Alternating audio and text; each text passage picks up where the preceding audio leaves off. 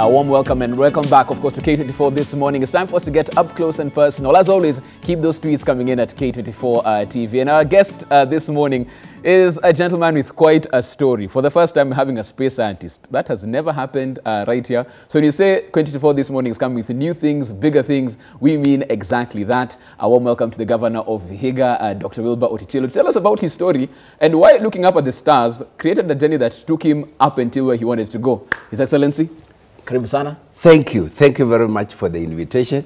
And I'm excited to be here. The studio looks gorgeous. Asante it's sana. Great. Asante sana. But thank you and congratulations. Asante sana. Yeah. And like you're telling me, because it's an interesting story, because when we were doing some research, we realized, okay, fine, this governor is actually a space scientist. How does someone grow up wanting to be that, especially in your time? As a young child in the village, I was so much intrigued with the nature, how things evolved, how did these things come. But most interestingly, what intrigued me more was when I always looked in the sky. Right. I saw all these stars, all these galaxies, all these formations. And I kept on wondering, how did this come about? And when in primary school we were told, you know, the sky is the limit. But in my mind, I said, it can't be the limit. Because when I look at these skies at night, the stars, they are far away from what, you know, what we are being told. So that's how I developed the interest to learn more about space. And for me, it's interesting because when you're that young, most people will ask you, whether your colleagues or people older than you, what do you want to be when you grow up, Wilber? And it was usually either doctor, or a teacher, or a nurse, or a clinic officer. What would you say at that time? At that time, I was just intrigued. I was just possessed with the idea of understanding how this formation came about. Right. And so that's why I specialized more in science, mathematics, and biology. And that's how I got to learn. Initially, when I did my first degree, I did it in agriculture. Right. And then the second master's, I did it in ecology. Right. I learned the population dynamics of elephants. Right. Because elephants also intrigued me as the largest animals on the planet. Right. How they came about, how their lifestyle and so on. Then after that, when I went to US, is now when I got exposed now on the science of space. Right. And so from there, I did another higher diploma in remote sensing, which is science of the space. Right. And from there, my PhD was basically based on remote sensing. Right. Yeah. And even after that, now getting back into private sector. Yes, sir. Was that when you went to the UN after that? Yes, yeah. From there, I was employed by the UN to run a very important institution, which is based here in Nairobi. It's called Regional Center for Remote Sensing, Mapping and Remote Sensing. Right. And it uses satellite technologies to map the planet. And also we use it for learning more about the space and the other issues where on other planets. Right, right. Yeah. And I'm sure in that particular docket, I'm sure you are a fish in water, enjoying yourself, doing what you wanted to do as a boy, getting to see what's going on as well. So when that particular space and time as Director General right there, what made you think that, okay, fine, I have heard there's a vacant seat in Emuhaya, the MP has now become Speaker, let me vie for that position. Why? Everything was going on so well until that point. Yes, while I was there, I was also interested in the welfare of the people. When I was working at the UN, I had some disposable money. Right. So every time I went home, there is a church function, I would do some fundraising. The road or there is a stream, there is a water spring that has a problem, I fix it. Right. A small bridge. So for doing those social responsibility jobs, people approached me and said, look, we think you can be able to be a leader and be able to bring development in this region or in this constituency. And that's how I was approached by various people and my colleagues. And that's how I got into politics. And it's interesting because, they say politics is an art. Yeah. This is a scientist coming with a science background. Yes. He's looked at everything analytically, empirical information, decides which move he'll make. Yes. And now you are plunged into this particular election. Yeah. How was it going from, a science background onto the campaign? By the way, scientists are the best people to be leaders. Why is that? Because scientists are very analytical. And leadership needs people who are analytical, people who make decisions based on data and information. Scientists never make any inference, never make any conclusion without analyzing data, which shows this is the situation. So as a scientist, I found it very, very easy. I brought my science background into the leadership background. And that's why when I got elected, the first thing was is to come up with a strategic plan for the county. What is it that we want to do? And why do we want to do it? And what impact is it going to have to the people?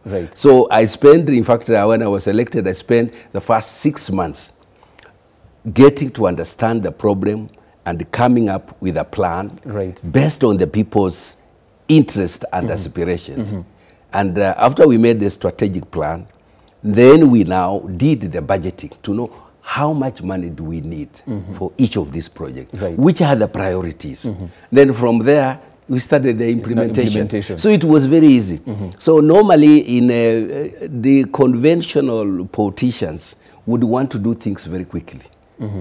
But a very serious analytical person like a scientist has to have a basis. And I get that, Daktari, in terms of once you've gotten into office, you know how you're going to divide the job, you're going to start here and move to this particular position. But in terms of getting the job, in terms of campaigning, going to the ground, because that's a totally different, kettle of fish. Yes. How was that for you, from an office where the structure, the systems, and then it's a rough and tumble of campaigning every day? How was that? I must say it was challenging, but I had people on the ground who already knew the game. And so for them, they kept on telling me how they're going to mobilize people. But I also did it in a more scientific manner. My elections, as well. I've always won my election scientifically. How is that? Because I know how many people are registered voters. I know where they are. I know the voting stations. So I have to decide, if I have to win, how many votes do I win? How do I get in each of the voting stations? I have to map out my competitors. Where are they more popular? So if I find you are so popular in these stations, I will not spend a lot of energy campaigning there. I only target a certain number of votes. So I go to my stronghold and target that in my stronghold, I need to get these votes. In the so-and-so's votes where he's very strong, I only want to target the exact number and approach those people individually. So I work out scientifically where to. So I don't have to waste energy. In my campaigns, I've never had rallies. I've never had a rally. Even when I was campaigning for governor. You don't do rallies? I don't do rallies. That's very I do interesting. these things scientifically. So I can analyze the data, previous voting patterns, and I can see. I can see where my competitors got the highest, where they got the lowest, where nobody has ever gone. And so you go to very critical areas where there are low-hanging fruits. So that's how I've always done it. So I can tell you, science is very good. And if you have good science, you can do many things, because everything in the world is based on information. And with the information, you cannot go wrong. Okay, fantastic stuff. Let's talk about now your tenure as governor of Vihiga. At least you have seen the scientific part of it that gets you into office. Now in office, because we look at counties across the country. It's the same issue that people are talking about. Health is an issue, education is an issue as well. Infrastructure. And all looking at agriculture, because you need to feed the population. When you get into office, what was, as you'd like to say, your scientific approach as to how to deal with these various issues, and what's the development in Vihiga? First, before I decided to get to campaign for governor, I had to do a serious SWOT analysis of Vihiga.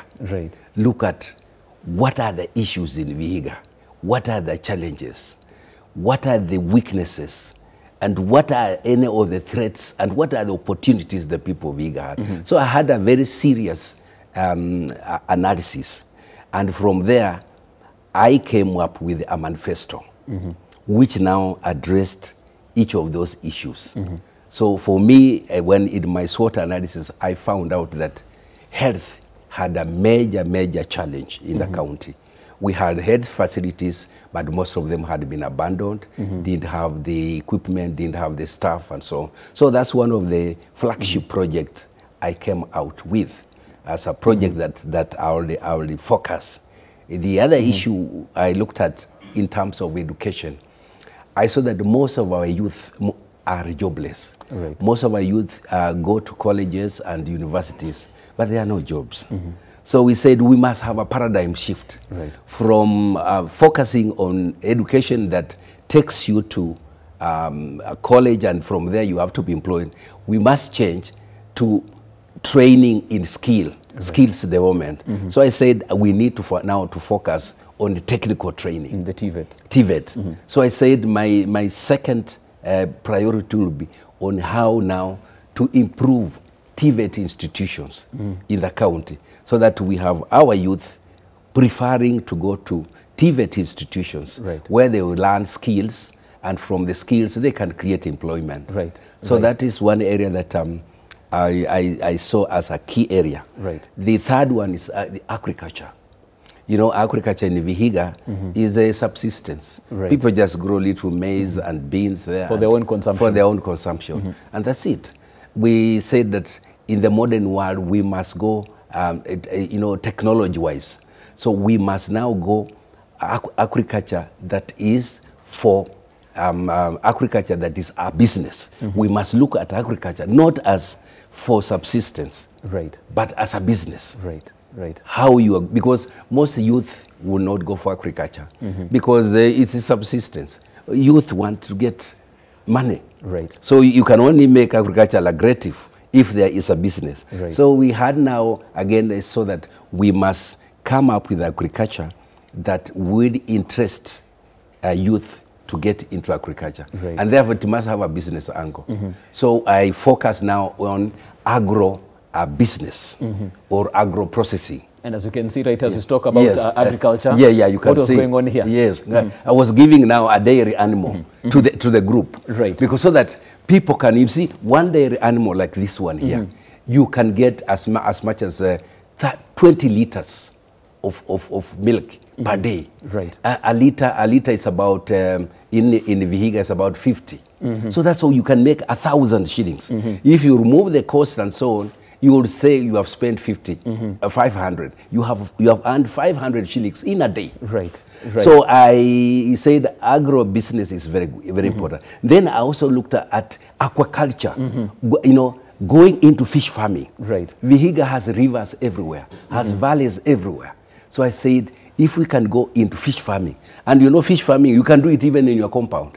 Like if you come to my compound, in my house in Vihiga, I have fish on the compound. If we arrive at night and we are hungry, we just go and pick the fish there, and we cook and we make ugali. So we said we got that. Go to indigenous vegetables like this. You know, indigenous vegetables are very easy. It takes only 30 days.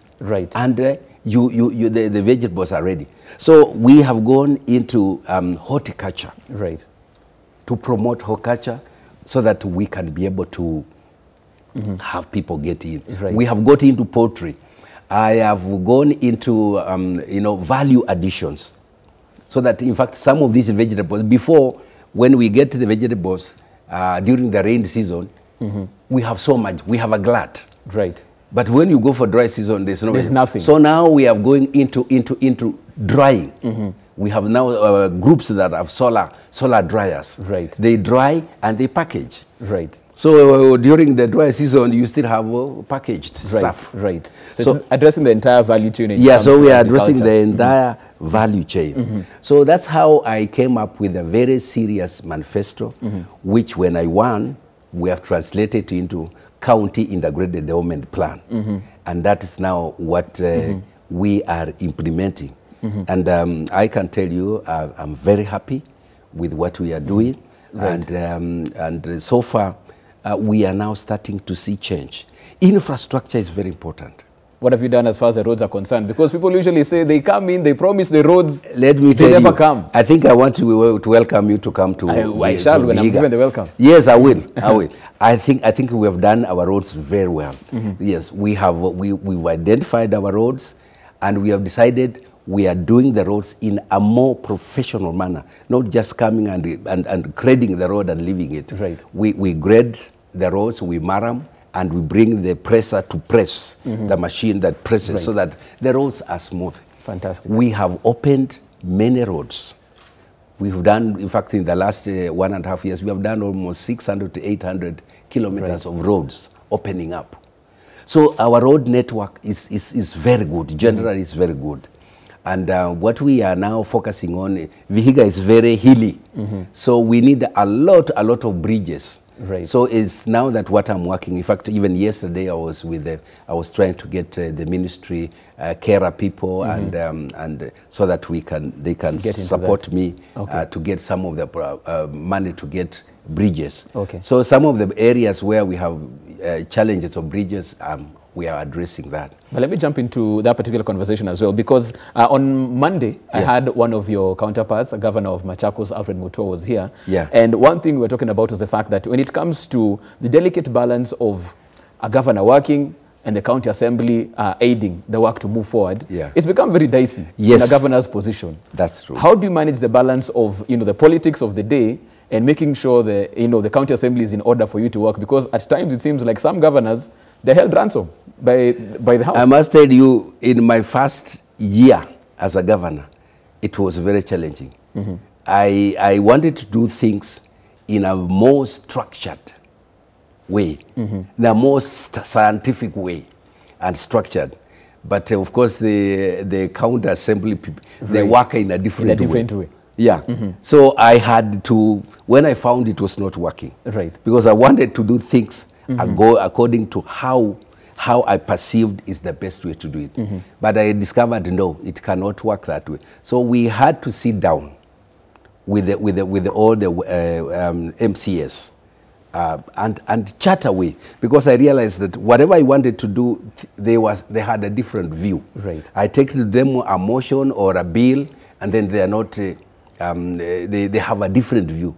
So I decided the best way to work together is to sit together first and agree how we want to move forward. I had to let them buy into my manifesto, buy into the CIDP. So we all agree that this is the way we want to take Vihiga forward. And to take Vihiga forward, I'll be doing the planning and the implementation. They'll be doing the oversight, and they'll be doing the approving of the budgets and so on. So the trick I have done to be able, and by the way, I'm a minority in terms of in Vihiga Assembly. I'm an ODM person. We only have about 5 ODM members out of 38.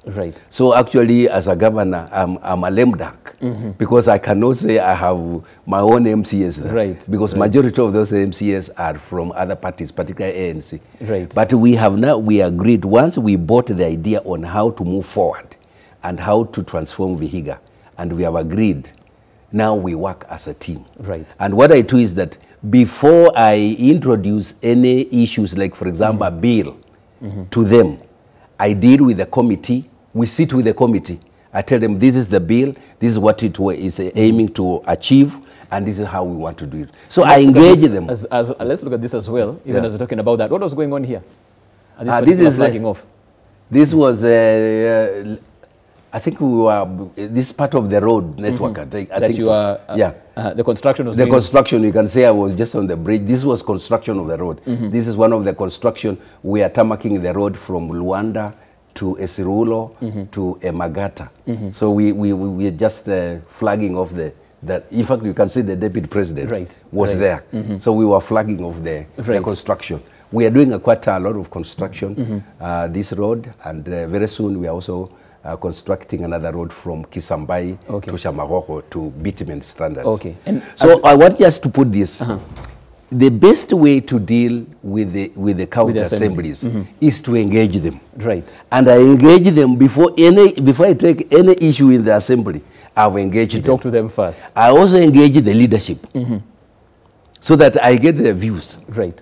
So that we move together. Right. That's the only trick I have. Okay. And I have a very cordial working relationship with them so far. Okay, and even as we talk about that, there was one issue that came up in the dailies. It was quite an issue, and I was like, okay, fine, since you're here, you can probably shed some light. Yes, and it was with governor's housing. It became quite a big headline, and people are talking about it. Yes. And your side of the story wasn't heard as to what went on, because the headlines were splashing. It's a palatial home, spending a lot of money, and they didn't get to the bottom of the issue. Well, the governor's houses, in my view, a governor must be. A governor is the head, or is the president of the county. He must have a home where everybody should come. Just the way the president has a state house. Right. The president would have chosen to go to stay in his house in Katundu. Right. But because he's the president of the county, of the nation, he has to be official at the residence. house. So in my own view, I also believe the same can be replicated at a smaller scale at the county level, where you have the county house or the governor's house should be a place where the governor should stay and where he or she should be able to receive visitors and any other government functions at the county level. Because if a governor is not a member of parliament, so staying in his house, people will be coming to his house. Right. He's not a member of parliament. He's the president of the county. So building the house, a governor's house or a county house, in my view, it is something that should be done. And therefore, the issue here is how much does it cost? Is one investment. Once you put the house, when was the state house built? The state house was built a long time ago. So what you need to understand is that this is not your home. When you leave, when I leave, the next governor will stay there. Okay, fantastic. And I can tell you, the current way of the mindset where people are saying that governors should stay in their houses. For example, from Mbale, where the headquarters is, to my house, is about 25 kilometers. If I have to go to stay in my house and I have all these cars, my car and the security car, and all these people taking me in the morning, in the evening, in the morning, if we work out the cost of just transport, taking me to my house and back, fuel and so on, you will find that we'll spend almost 100,000 shillings per month. Okay, fine. Let's leave it at that for now and look at what was going on here even as we... This is Ottichilo Care. Okay, what was going on here? Ottichilo Care is, these ladies had just given birth. They are on Ottichilo Care program. Ottichilo Care program is a program which takes care of women. The women, once they get pregnant, we found out that most women who get pregnant, they never go for clinical care or so on. Right. So they just get pregnant and they wait to give birth. And therefore we found out that the mortality rates of the mothers and the babies were so high. So we introduced this maternal care, or which we called Ottichilo Care, where once a woman gets pregnant, we recruit her on this program. Right. And then we ensure that she goes for antenatal clinics, where she has to be checked and see that everything is going on well. And during the time when she's ready for giving birth, we make sure that she goes to hospital. Okay. And have another picture right there, still in within the health docket. This is a CT scan. We had just we have acquired state-of-art CT scan. We had never had a CT scan in our referral hospital in Bale. So this is when we had just acquired a CT scan, so that now people can have scanning right there. Yeah. But I can tell you, Ottichilo Care is a very popular program. Right. Very popular. Right. Because we put the women on that program. We even attach to them community health workers who educate them what to eat, how to take care of themselves until when they are ready to go to give birth. Okay. Yeah. And for a person who's doing all of this and working in the county to make sure all of these matters are brought to the fore in terms of development, let's talk about the governor personally. How do you relax? What do you do when you're like, okay, it's time to wind down for a bit before work on Monday? I can tell you we engaged 24/7. Yeah, I rarely get time. When I come to Nairobi is when I relax. But when I'm in the county, I'm fully engaged, and I like it. Okay. I like it. Okay, fantastic stuff. Yeah. And even as you leave it at that, where can they get you probably on social media for somebody who wants to get in touch with you as well? Where can they get you or the county? Well, I have my team. Communication team who do that. Okay. Because I'm not good at communication. Right. I'm not good at So they handle that? They handle that. Me, I do the technical and the political part. Space scientist. Yes. Dr. Wilber Ottichilo. Yes. Thank you so much for coming and sharing your Thank you very much for hosting me. Yes, and I'm still waiting for my invite. You said you'll tell me. Yes, I will invite you to come down to Vihiga. Yes, yes. You can eat fish in the... Yes, right in my compound. Yes? Yes. Fantastic stuff. We shall leave it at that as far as it's concerned. Yeah. Of course, getting up close and personal with the governor, of course, of Vihiga, Dr. Wilber Ottichilo, sharing his story as to where he started off, where he is, but more importantly, where he's taking the good people of Vihiga County. Take a short break at this particular point. We're back onto the side, and it's a hot debate coming up right here with Shiko after the break.